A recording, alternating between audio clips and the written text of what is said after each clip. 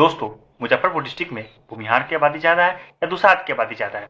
दोस्तों, अब बिहार सरकार ने बताया क्या कि बिहार में 2.87% भूमिहार है और आपको 5.31% करीब दुसाध है।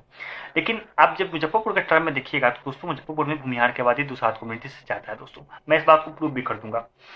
मुजफ्फरपुर मिथिला का पार्ट है। मिथिला में मात्र एकमात्र ऐसा जगह है दोस्तों जहाँ भूमिहार की आबादी दुसाध कम्युनिटी से ज़्यादा है दोस्तों, और हर एक क्षेत्र में ज़्यादा है। लोकसभा वाइज आप देखिएगा तो वैशाली मुजफ्फरपुर दोनों में आबादी भूमिहार की ज़्यादा है। विधानसभा वाइज देखिएगा तो थोड़ा सा अंतर हो जाता है, और क्षेत्र वाइज देखिएगा कटरा, पारो, मुजफ्फरपुर तीनों में भूमिहार की आबादी दुसाध कम्युनिटी से दोस्तों ज़्यादा होती है। दोस्तों, मुजफ्फरपुर हाजीपुर सरकार के अंदर रहा हुआ है 1350 के बाद। उससे पहले ये आपको तिरहुत सरकार के अंदर हुआ करता था, और भूमिहार यहाँ का रूलिंग एलिट रहे हुए हैं, वो यहाँ पे फ्यूडल लॉर्ड रहे हुए हैं दोस्तों। और दलित कम्युनिटी में अगर किसी की आबादी सबसे ज़्यादा है मुजफ्फरपुर डिस्ट्रिक्ट में, तो आपको दुसाध कम्युनिटी है जिसकी आबादी आपको 5% क्रॉस करती है दोस्तों। और यहाँ पर दुसाध जो दलित रिजर्व सीट है आपको कुर्नी और सकरा, आपको 11 विधानसभा सीट में मात्र 2 ही दलित रिजर्व सीट है।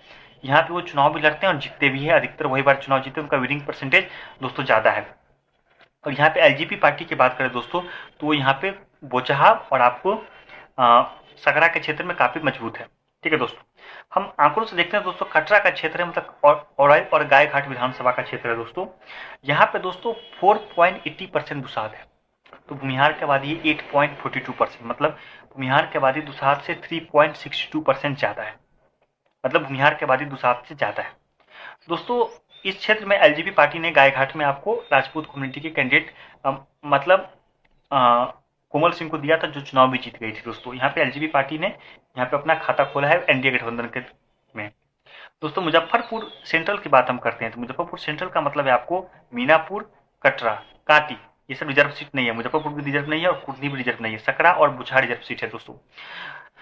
यहाँ पे 8.2% दुसाध है और 9.34% भूमिहार है। दोस्तों, आप समझ गए होंगे कि क्यों मुजफ्फरपुर के कुर्नी और आपको सकरा, मतलब कुर्नी, बोचहा और सकरा में दोस्तों दुसाध कम्युनिटी चुनाव अधिकतर बार जीतते हैं दोस्तों।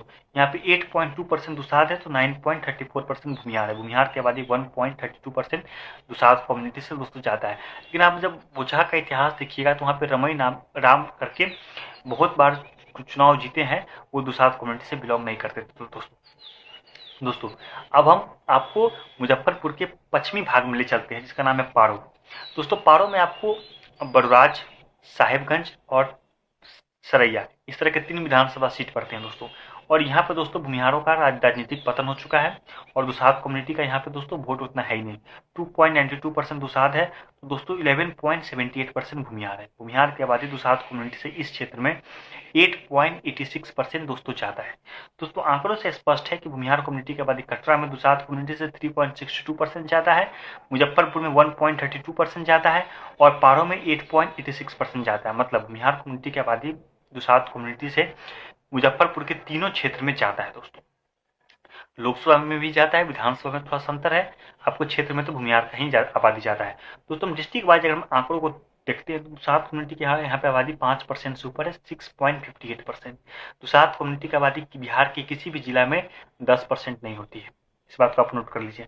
और दोस्तों, भूमिहार कम्युनिटी की बात करें, भूमिहार कम्युनिटी की आबादी इस क्षेत्र में 10% नहीं है, लेकिन 10% के करीब है, मतलब 9.86%। और भूमिहार कम्युनिटी की आबादी दुसाध कम्युनिटी से यहाँ पे 3.28% ज़्यादा है। मतलब मुजफ्फरपुर डिस्ट्रिक्ट में आपको दुसाध 6.58% है, भूमिहार 9.86% है, और दोनों पॉपुलेशन के बीच में अंतर 3.28% है। और जो कि बिहार सरकार का बताया गया 2.7% भूमिहार से भी दोस्तों ज़्यादा होता है दोस्तों। मुजफ्फरपुर भूमिहार मेजोरिटी का क्षेत्र है दोस्तों।